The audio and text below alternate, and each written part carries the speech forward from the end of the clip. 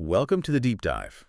Today, we're looking at a massive shift happening in manufacturing. We're tearing apart the strategy manual for companies trying to move away from just, selling a physical product. Right. We're diving into this concept called servitization. Servitization. It's this transition where manufacturers of, say, durable goods pivot from being just a vendor to being a full-on integrated service provider. And we're going to be looking at the research, right? The motivations, the roadblock. Exactly. The surprising cultural hurdles and, the actual strategies that the freight runners are using to succeed. And this really matters because we're talking about a huge chunk of the economy.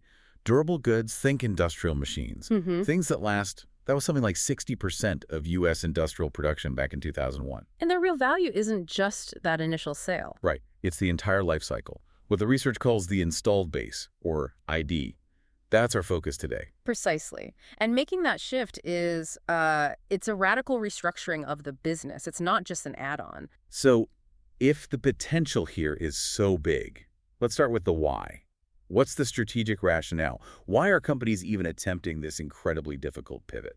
Well, there are three main drivers, but the first one, and really the most compelling, is just the economics. The money. The money, exactly. I mean, services just generate much higher margins than products. But maybe more importantly, once you have that installed base, the service revenue is so much more stable. It's a hedge. It's a perfect hedge against those, volatile economic cycles that can just crush equipment sales.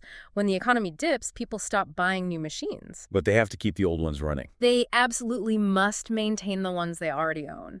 So it's like creating an annuity for a company that's used to living from one big project to the next. That makes total sense.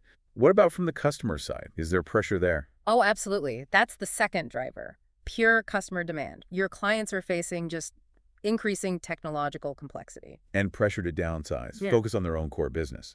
Right. They don't want to manage a whole maintenance department anymore. They just want a guarantee of operational uptime. So they're looking to outsource that risk. So they don't want to buy the cow, they just want the milk. That's a perfect way to put it. And that leads to the third driver, which is just pure competitive advantage. And also, A physical product. Well, it can be reverse engineered, it can be copied. Services, on the other hand, are much less visible, they're complex, they're labor dependent. it's harder to imitate. Significantly harder. If you get this right, you build a competitive moat that is almost impossible for your rivals to cross. Okay, so that sounds like a winning strategy on paper. But we know this transition has been painfully slow for a lot of industry leaders. Yeah. If the path is so clear, what are the big roadblocks? The research points to three successive barriers. And the first one is maybe the hardest because it's not strategic, it's cultural. It's the belief barrier. What do you mean by that? Manufacturers and, especially the engineers within them often just don't believe in the economic potential of the service side. That rings so true. There was that great quote in the sources about the pride of the product engineer. Yes. It is difficult for an engineer who has designed a multi-million-dollar piece of equipment to get excited about a contract worth $10,000 for cleaning it. That just summarizes the whole culture clash, doesn't it? Yeah. The glory of the big new shiny thing versus the daily grind of maintenance. Exactly. So, assuming a company can get past that and management makes the financials undeniable, they hit the next hurdle. Which is? The competency barrier. So the firm might finally recognize the market potential, but then they argue that services are outside their core skill set. We're a product company, not a service company. Right. The classic example is Digital Equipment Corps. Years ago, they initially refused to get into services. They believed their core was just designing computers. They missed a colossal opportunity. So they see the money, but they're too afraid to go for it. And what's the third barrier if they do decide to move forward? That's the deployment barrier. This is where they decide to enter the market, but the strategy fails. It fails because the existing organization, the old structure, actively fights back. The antibodies come out. You saw it with Ford. They tried to control post-sale services, but their own powerful independent dealership network just blocked them at every turn. They didn't have the control they needed. So the fundamental challenge here is shifting from a single transaction selling a thing to a long-term relationship. And that demands completely new capabilities, new metrics, new incentives, everything that the old product-focused culture is designed to resist. But the manufacturer has a secret weapon, right? Their unique position with that installed base. Exactly. Their control over the IB market. So let's focus in on those IB services, everything from installation to upgrades to decommissioning. It's a market with third-party competitors, too. What do the manufacturers say 3 and 8 advantages here? Well, their advantages are, like you said, baked right in. First, much lower customer acquisition costs. Because they're already there. They're already selling the new equipment. They get instant data on every new piece of machinery that joins the IB. They don't have to go find it. Okay, what's the second one? A lower knowledge acquisition cost. I mean, they have this deep, special knowledge about the product, its technology, its service needs. They literally wrote the manual. Makes sense. And the third? Lower capital requirements. They already own all the specialized tech to make spare parts or do authorized upgrades. A third party might have to make a huge capital investment just to catch up. That all seems like a huge strategic advantage. But here's where it gets really wow. So the person who wins Best Maintenance Manager of the Year might actually be the one who hurt the new product sales team's numbers the most? That is precisely the conflict, and it goes the other way, too.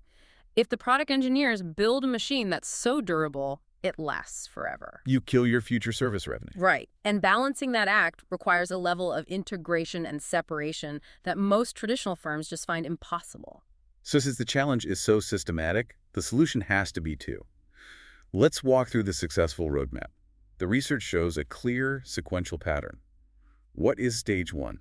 Stage 1 is just consolidating the offering. In most companies, services have just sort of popped up all over the place in different departments, often unprofitably. So the first step is just getting your house in order. You bring all of it, repairs, parts, training, under a single roof. The goal here is what they call transparency of numbers. You have to make the true size and financial contribution of the service market visible to everyone. You prove that the belief barrier was wrong with hard data. Okay, then comes the really radical part in stage 2. Yes. Stage 2 is entering the IB service market. This is the big leap. The organization has to create a separate organization just for services. A completely separate unit. Running as its own profit center, with its own sales force, its own metrics, its own IT systems. This separation is absolutely essential. Why so critical? It isolates the service people from the cultural bias and the constant competition from the product side. You're literally building a new culture from the ground up. So the only way to beat that product glory mentality is to build a separate castle for the service team, far away from the engineers. That separation lets them focus. We saw one industrial conglomerate in the research that realized they were trying to do way too much. IT support, facility management. Spreading themselves too thin. Exactly. They had to cut back the width of their service offerings to increase the depth and focus only on services that were directly related to their core products. Stage 2 is all about achieving that focused, profitable depth. Okay, so once that core service organization is stable and profitable, they move to stage 3, which is expanding the offering. And this happens in 2 directions. Let's start with the vertical one. Right. The vertical shift is all about moving to a relationship-based model. You change how you price things. Well, away from just parts and labor. You move away from that transactional markup and toward a fixed price risk assumption contract. You start pricing things based on operational availability. You're not selling repairs anymore. You're selling guaranteed performance. The classic example is Rolls-Royce's power by the hour. Airlines pay based on how many hours the engine is operational and available, not just the cost of monitoring it. It's a much more efficient use of your service capacity. So if vertical is about guaranteed performance, what's the horizontal transformation? That's moving to be more process-oriented. Here, the value proposition shifts from product efficacy, does the machine run, to product effectiveness. How well does it work within the customer's larger process? Exactly. The manufacturer has to become a solution provider, and that requires developing totally new skills like consulting or process engineering to help the customer optimize how they use the machine. So you're no longer just fixing the machine, you're actually optimizing your client's business. And what about the final stage, stage 4? That's taking over end-user operations. This is the extreme end of the spectrum. The service organization actually assumes the operating risk and full responsibility for the customer's entire process. Like running their entire maintenance department for them. Or even running a whole section of their plant. The sources are pretty clear that for most manufacturers, this is still largely uncharted territory. Now let's get to the financial reality check. Climbing that value chain must require some very specific investments. What did the survey data show about which services actually move the needle on financial performance? This is such a critical finding for any manager trying to build out a service portfolio. The simple add-on customer services. Like a basic phone support line or user training? Exactly. Those were actually negatively associated with overall financial performance. Wait, negatively. So providing them actually hurts the bottom line. In a sense, they're a cost of doing business, they're table stakes. You have to provide them to even be in the game, but they are a drain. They don't generate profit. So what does? Where's the money? The services that were significantly associated with positive financial performance and growth were the complex ones. We're talking about maintenance and product support, R&D-oriented services, and those functional operational services we just mentioned. The hard stuff pays the bills. Well, complex stuff pays the bills. So to get into those advanced profitable models, what specific capabilities do companies need to build? What does the research identify as essential? It really boils down to four distinctive capabilities. The first is business model design. You have to shift to value-driven marketing. Selling the solution, not the features. Selling the savings. And that means you have to develop customized risk and revenue sharing agreements. And crucially, you have to build internal tools or demonstrators to actually help customers see the financial benefits. So it's not enough to know it'll save them money. You have to be able to prove it to their CFO. Yeah. Okay, what about the second capability? That's integrated development. You have to link the product and service development processes right from the very beginning. So the product is designed to be serviced from day one. Yes. And even more importantly, you have to implement systems to capture product and use information, remote diagnostics, IoT data. And feed that data back. You feed it right back to inform not just the service team, but also future product redesigns. You close the information loop. You're pulling data from the field straight back to the R&D lab. Very powerful. What's number 3? Network management. Offering these complex solutions means you can't go it alone. You have to effectively manage your whole ecosystem of suppliers and distributors to share the risk and responsibility. That sounds complicated. It is. It means creating new incentives for your partners and often creating specialized relationship management units whose only job is to coordinate these complex multi-party deals. And the final capability. Service delivery network management.